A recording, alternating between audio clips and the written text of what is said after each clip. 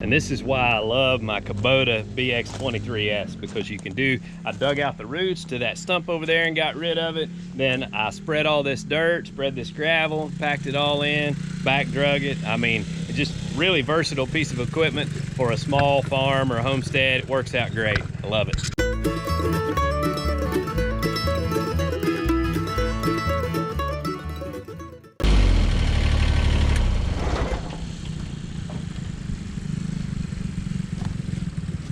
Hello there, Lucas here from Peaks Peak, and I've been telling you all about our plans to build a new garage, and we are kind of getting started on that project. We initially said we were going to build a 24 by 32 garage here, but after I did a little bit of groundwork and leveled things out and spread some dirt and spread some gravel, I figured out that we can go as big as 28 by 36. And they always say, go as big as you can, because it'll never be big enough. And in my experience, that's the case. So we have decided that we're going to go 28 foot deep and 36 foot wide.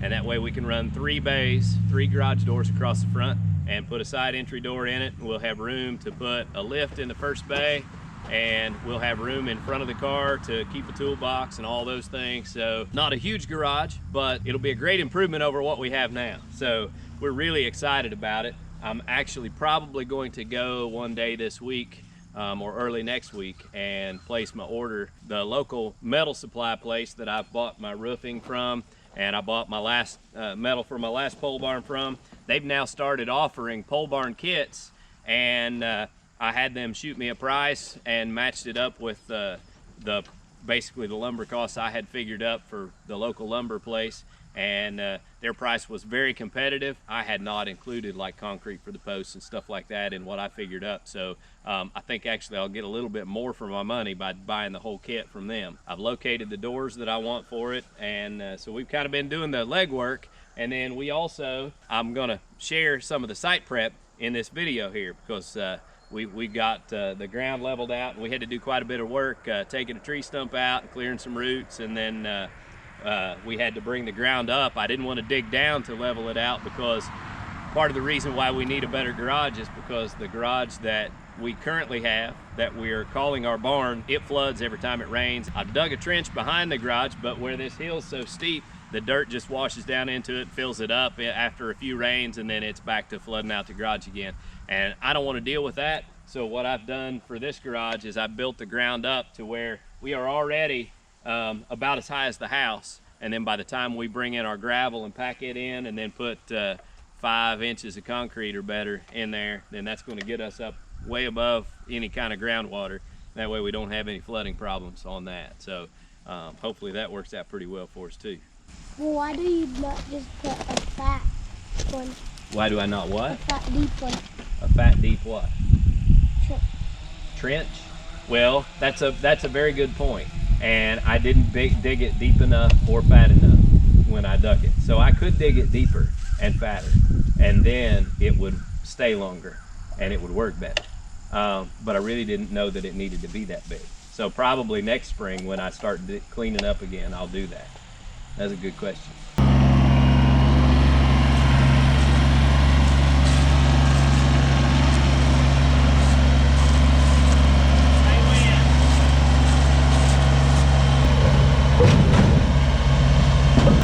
What's the pain?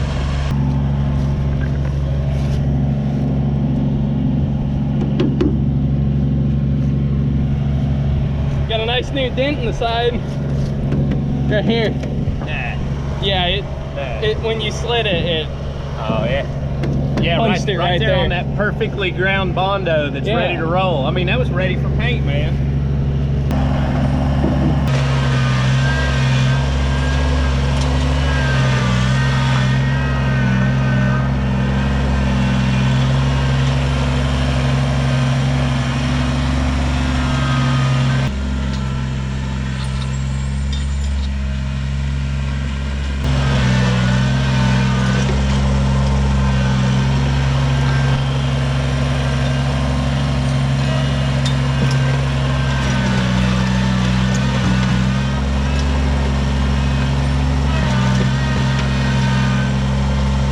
beginning the prep work for the ground where we're going to build our garage.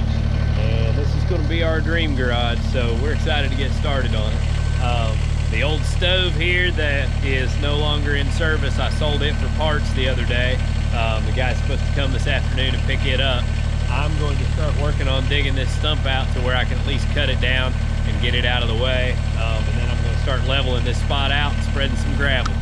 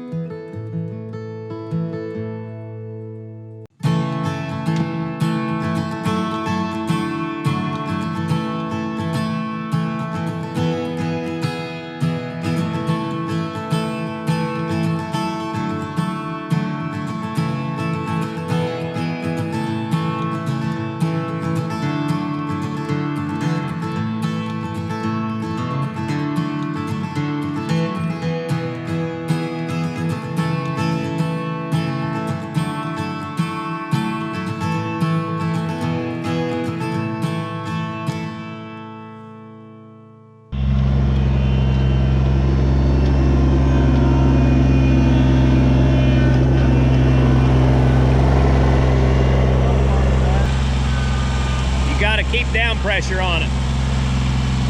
It's kind of hard. It kind of just felt like I was already pushing.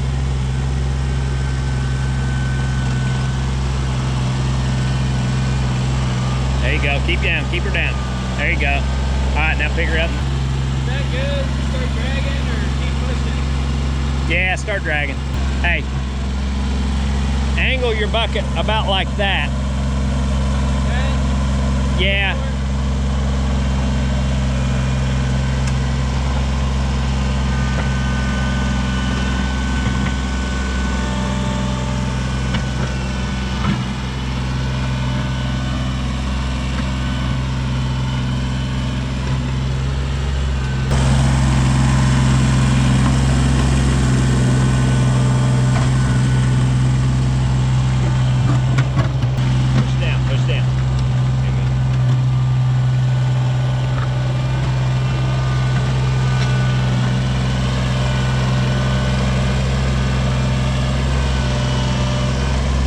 Pick up your weight, now just keep it floating just on that, and try to, as you lower yourself down, push your bucket down and go ahead and back off of that to start packing that edge in.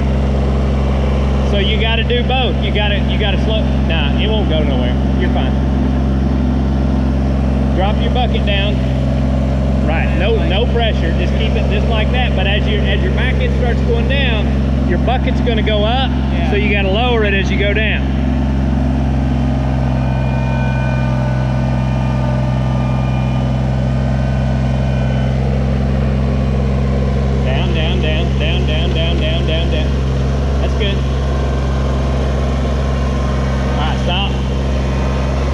Roll your bucket down to smash that as you back up.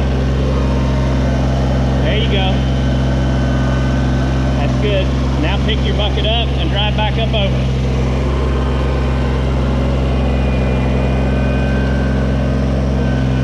And as you do that, move your tire tracks over one tire track or the other so you get more spots. And that way, as you pack, you can't do it much over there because you'll get into the fence and stuff. But now at this point, it's going to be a lot of just driving on it, packing it down. I'm probably going to get the four-wheeler and even drive on it a little bit. Red four-wheeler has bolder tires, so it won't leave as big a ruts, I think. Yeah, it probably stays running better too, don't it? All right. Yeah.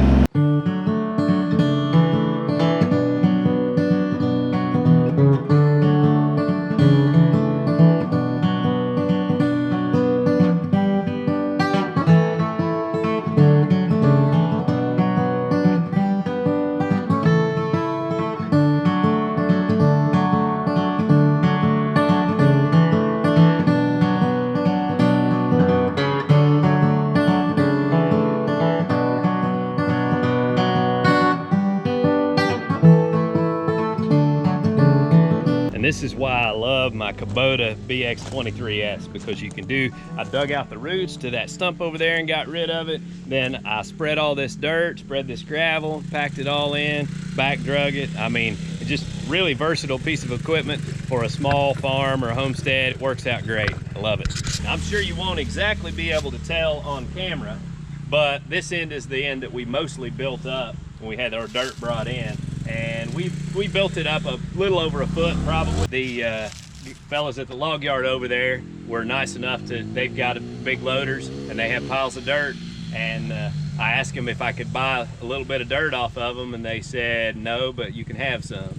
And they started hauling it over. I mean, the instant I sent the text, here they come with the loaders across the road to bring me dirt to build this up. And I mean, I would say there's a good 30 ton of dirt that they brought over for me, so that was a huge help. It saved us a lot of money, saved us a lot of time and work too.